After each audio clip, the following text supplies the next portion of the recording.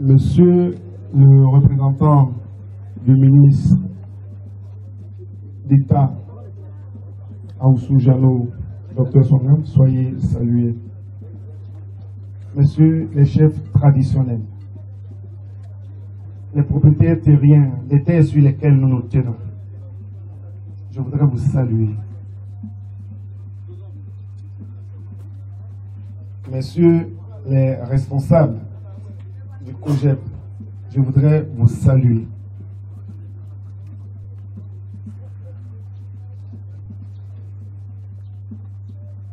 Au moment où je prends la parole, je voudrais saluer les membres de l'ex-CEL, saluer les membres du CIRCOD, les membres de l'Union des femmes, avec à leur tête la camarade Bizier, les membres de l'Union des jeunes, dirigés par le camarade Dubois, saluer les coordinations d'Abidjan, saluer toutes les coordinations venues de l'intérieur de la Côte d'Ivoire, tout comme les membres de nos représentations. Tout à l'heure, à la fin de mon discours, je vais vous présenter quelques personnes qui ont bien voulu s'associer à notre aventure. C'est des personnes techniques qui ont de la valeur et qui sont en même temps dans mon cabinet. Un cabinet fort constitué de personnes dont l'État ne fait pas obligation de s'abstenir. Donc vous avez des pharmaciens, vous avez des financiers, vous avez des juristes, des avocats qui sont là, qui sont membres de mon cabinet. Tout à l'heure, à la fin de mon discours, je vais vous les présenter. Je voudrais remercier le comité d'organisation pour cette magnifique cérémonie. Mesdames et messieurs, les responsables des partis politiques et leurs délégations, messieurs les chefs traditionnels, comme je le disais, je voudrais vous dire qu'il vous plaise de recevoir les salutations du Congrès panafricain pour la justice et l'égalité des peuples. Les salutations du camarade Hyacinthe Nebou que je suis, de son bureau, de son cabinet et surtout celle de notre leader Charles Blé Goudé, détenu illégalement à La Haye.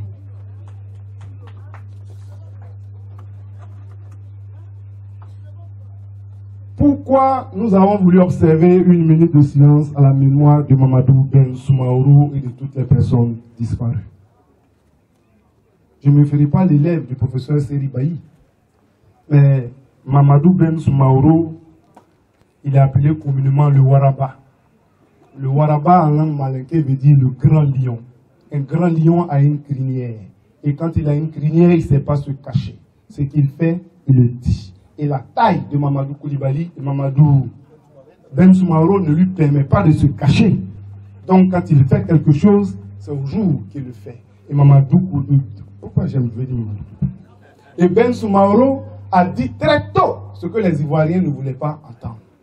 La prestance, la voix de Ben Soumaoro. Est-ce que Ben Soumaoro a une grande voix ou une grande gueule? Je pense que Ben Soumaoro a une grande voix. Il y a dans la tragédie des gens qui meurent. Et dans cette tragédie, il y a des héros. Il y a des héros comme Ben Soumaoro et il y a des héros qui meurent sans qu'on les connaisse. Je voudrais que, comme Ben Soumaoro, les Ivoiriens qui sont morts sans qu'on les connaisse, que chacun de nous se souvienne. Mesdames et messieurs, nous voulons vous traduire notre gratitude. Ici, en ce moment, là où le COGEP vous accueille, c'est dans une cérémonie, j'allais dire, d'ambivalence. Une cérémonie historique, à double titre. Historique, parce qu'elle est la première rentrée politique qui se tient depuis le congrès de grande qualité qui a vu le COGEP se muer en parti politique, par la seule volonté de ses militants et de ses responsables qui se sont cotisés pour se retrouver là-bas. Historique, parce qu'aujourd'hui, le COGEP inaugure et va inaugurer un siège social. Vu que nos anciens locaux qui nous servaient de siège ont été occupés par les FRC.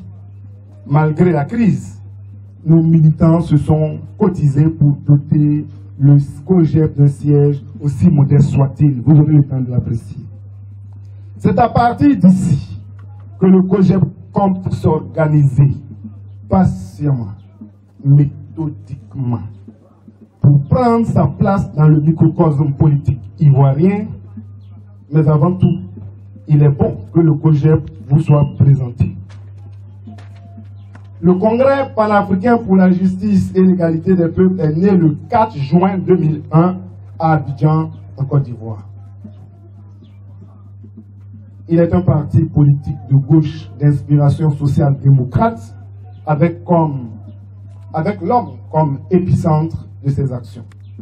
Constitué d'adeptes de l'intégration, d'ouverture de tolérance, d'acceptation des uns par les autres, dans le respect des différences, le COJEP milite pour la construction d'une société socialiste qui garantirait ou qui garantisse l'égalité entre tous, la justice pour tous, le respect des principes démocratiques.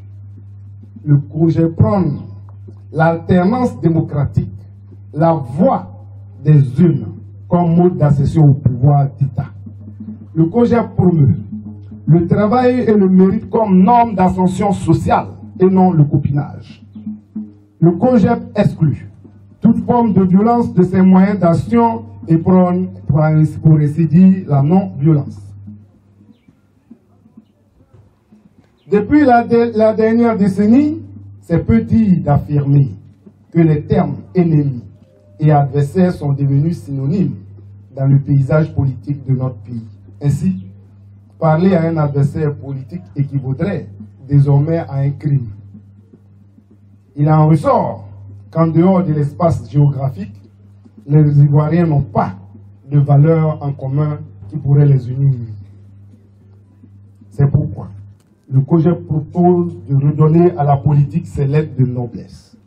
Au-delà de la conquête et la gestion du pouvoir, qui est un objectif évident et noble, pour toute formation politique, le COJEP se lance le défi de porter à travers toute la Côte d'Ivoire la promotion des valeurs qui pourraient constituer le trait d'union entre les Ivoiriens sans exclusif. Oui, reconnaissons-le tous, il y a malaise dans notre société. Il est bon que la classe politique accepte de faire son mea culpa. Il nous faut accepter, faire les choses autrement. C'est à juste titre que le projet de société que le COJEP présente compte porter aux Ivoiriens et pour les Ivoiriens plutôt, c'est utile faire la politique autrement pour changer la Côte d'Ivoire. Notre pays, la Côte d'Ivoire, est confrontée à un chômage sans record, sans précédent, et s'y enfonce davantage. Cela se ressent énormément dans le quotidien des Ivoiriens qui n'arrivent pas à prendre 2 repas réguliers. Ainsi, comme on le disait à l'université, désormais les Ivoiriens parlent de gagner la bataille alimentaire. Tout a augmenté et tout augmente de jour en jour. Chaque jour que Dieu fait, les choses changent, mais de façon négative. Citons entre autres les soins, le logement, le transport, l'électricité, l'école. À côté de cela, le problème d'insécurité gagne du terrain. Notre système de défense a perdu ses repères et ses moyens. En atteste l'attaque djihadiste de Bassam. En atteste le phénomène des microbes. Notre justice n'est pas libre.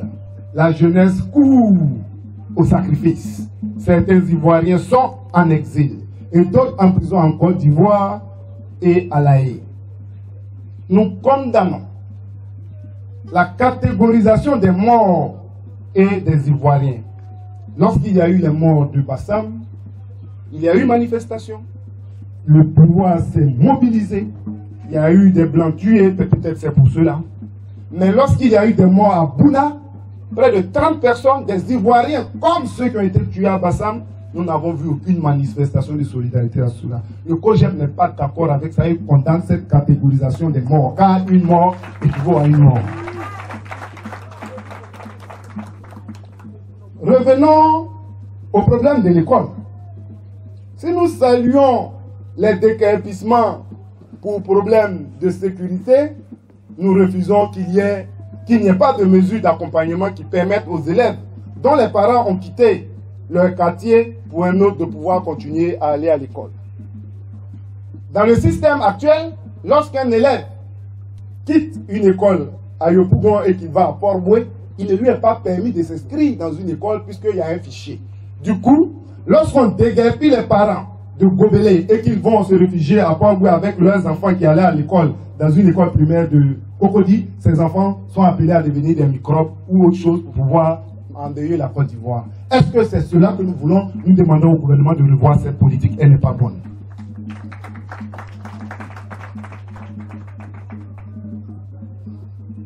Aussi, il a été constaté que une grave crise secoue nos universités et notamment l'université Félix Houphouët-Boigny.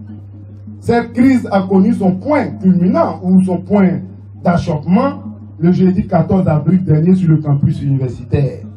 L'on note des violations graves des droits de l'homme. Les étudiants sont battus et certains arrêtés dans le SG de la FESI. D'autres étudiants ont été violentés et violés. Des vols organisés dans les chambres d'étudiants ont été constatés. Les étudiants, même handicapés, ont été tabassés. En fait, c'est une forme de remake des actions menées par la FIPAC dans les années 1990 au campus de Yopougon. Dans le souci de la réconciliation que prend le pouvoir, nous demandons au pouvoir, sans limite, de libérer ces étudiants qui ont leur place dans les amphithéâtres et non plutôt dans les prisons. De discuter avec eux, de trouver des solutions idoines à leurs problèmes. À cette situation, il y a des responsables bien identifiés. Pour nous, en tant que parti de gauche, le premier responsable de ces problèmes, c'est la grande finance qui a installé les chefs d'État africains et qui les tient comme des suppôts et qui ne peut plus s'en débarrasser. Alors, il va falloir réfléchir au problème des finances. Et le COGEP, dans son programme de société et de gouvernement, propose une nouvelle façon de gérer la Côte d'Ivoire au niveau financier. Le devoir du COGEP est de redresser la Côte d'Ivoire en créant les conditions de changement. Ce changement, nous le voulons dans la justice, l'équité, la moralité, l'égalité, et surtout par la vraie réconciliation qui permettra de redonner confiance aux Ivoiriens et surtout à l'avenir. Le mot avenir qui n'a plus de sens en Côte d'Ivoire depuis quelques années.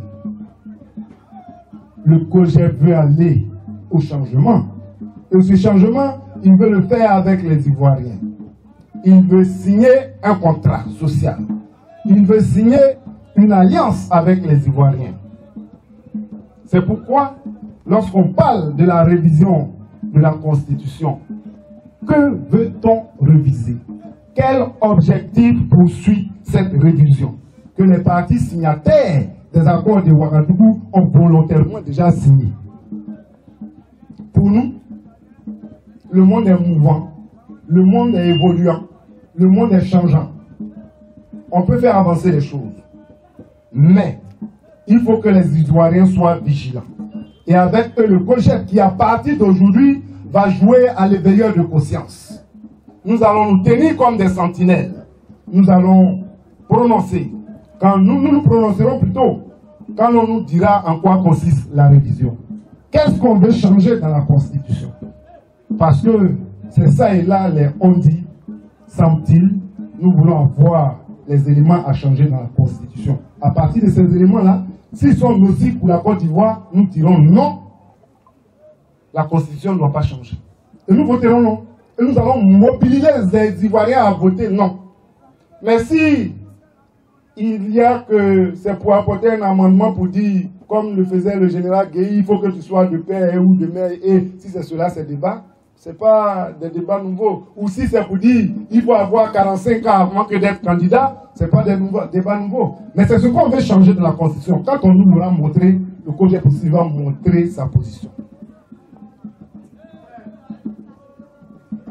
Mais les élections législatives, mais il n'y a pas de débat dedans. Il ne faut pas laisser au RHDP seul de décider de notre avenir. Dans les élections législatives qui arrivent là, tous les jeunes que voilà ici ont la possibilité d'être députés, d'être à l'Assemblée nationale et de faire changer la Constitution ou de la faire appliquer. Pourquoi va-t-on laisser ces gens à l'Assemblée nationale décider à notre place? On va aller à l'Assemblée nationale, si on est fâché, on enlève les vestes et puis on va se bagarrer à l'Assemblée nationale pour ne pas qu'on change les lois de la Côte d'Ivoire.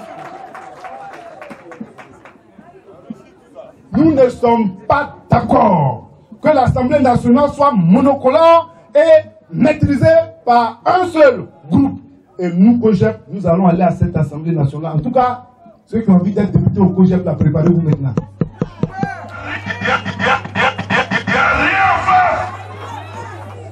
Mais la vérité, c'est que si nous devons aller, et comme nous voulons aller à ces élections, nous allons engager très rapidement le débat que les gens n'osent pas engager. Le listing électoral, il faut le revoir. Le découpage électoral, il faut qu'on voit ça. Est-ce par densité? Est-ce par superficie de la, disons, de la région ou de la localité? Mais il faut qu'on ait un moratoire clair sur lequel les Ivoiriens s'entendent. Je dis bien les Ivoiriens et les partis politiques, y compris le COGEP, pour qu'on puisse régler ce problème-là. Mais je vous engage, chers camarades du COGEP, à ne plus jamais laisser de forfaiture. Il faut qu'on soit présent à tous les niveaux.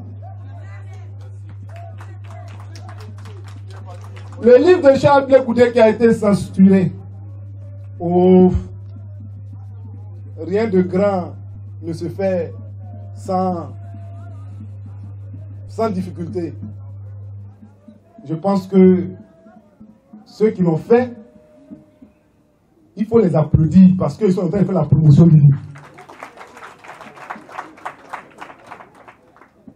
Mais le faisant, c'est une escroquerie morale. C'est une imposture et une insulte à l'esprit de créativité d'un individu. Car si vous avez mis Charles Blé Goudé en prison, vous n'avez pas mis son esprit en prison. Son esprit est fécond, il est créateur et il est émancipateur et dirige et écrit ce qu'il a écrit. Laissez son esprit s'exprimer.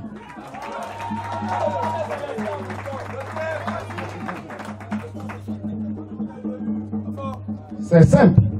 Il faut redéfinir donc la politique en Côte d'Ivoire. Oui.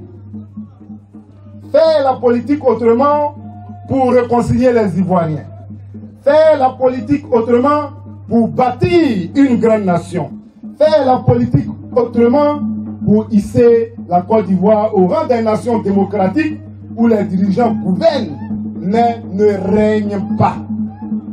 Mesdames et messieurs, pour effacer le passif du traumatisme post-électoral et penser les plaies de la crise qui prend sa source dans la conception erronée que certains acteurs politiques ont, le COGEP invite chaque Ivoirien à puiser au fond de lui-même pour faire un effort de dépassement.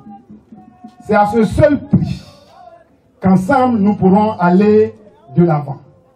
Pour aller de l'avant, le COGEP prend ici même 17 engagements avec les Ivoiriens. 17 contrats avec les Ivoiriens. 17 engagements, c'est les mêmes 17 engagements qui sont les 17 contrats.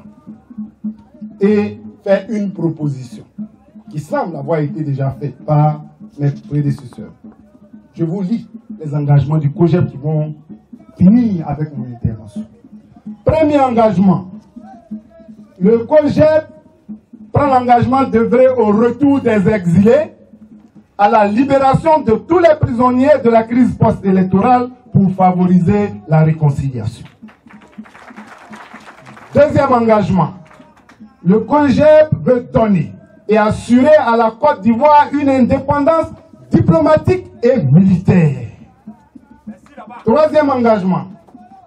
Le COGEP veut renégocier les traités internationaux pour un retour à la souveraineté nationale.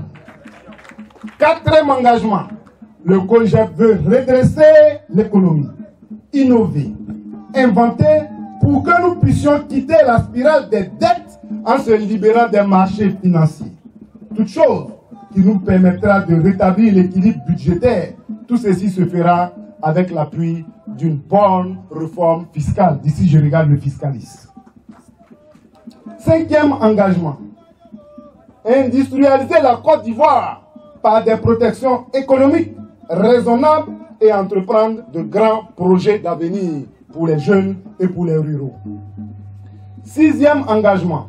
Assurer la défense, la sécurité et la protection des Ivoiriens par la police et la justice qui n'ont pratiquement plus de sens. 7e engagement.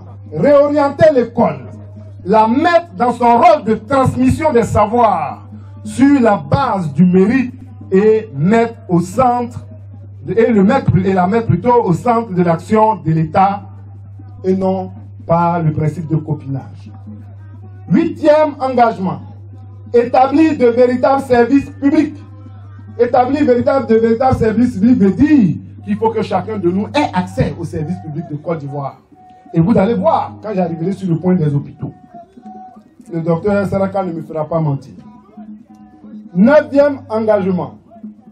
Il faut moraliser la vie publique et donner la parole aux Ivoiriens par les recours au référendum et autres voies pour les choix politiques importants. 10e engagement.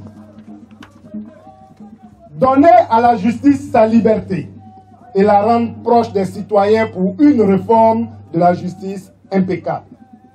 11e engagement. Revaloriser les salaires les plus modestes. Proposer et négocier une nouvelle réforme des retraites, toute chose qui améliorera le pouvoir d'achat. 12e engagement. Permettre aux Ivoiriens de se soigner par rendre d'abord performant et adapter le système sanitaire actuel dépassé pour rendre compétitif l'hôpital public. Parce que tout le monde préfère se soigner dans les hôpitaux, même les hôpitaux, les cliniques les plus, j'allais dire, sinistres. On y va parce que c'est une clinique, on va nous recevoir plus vite que l'hôpital. 13e engagement. Instaurer une priorité nationale pour l'emploi.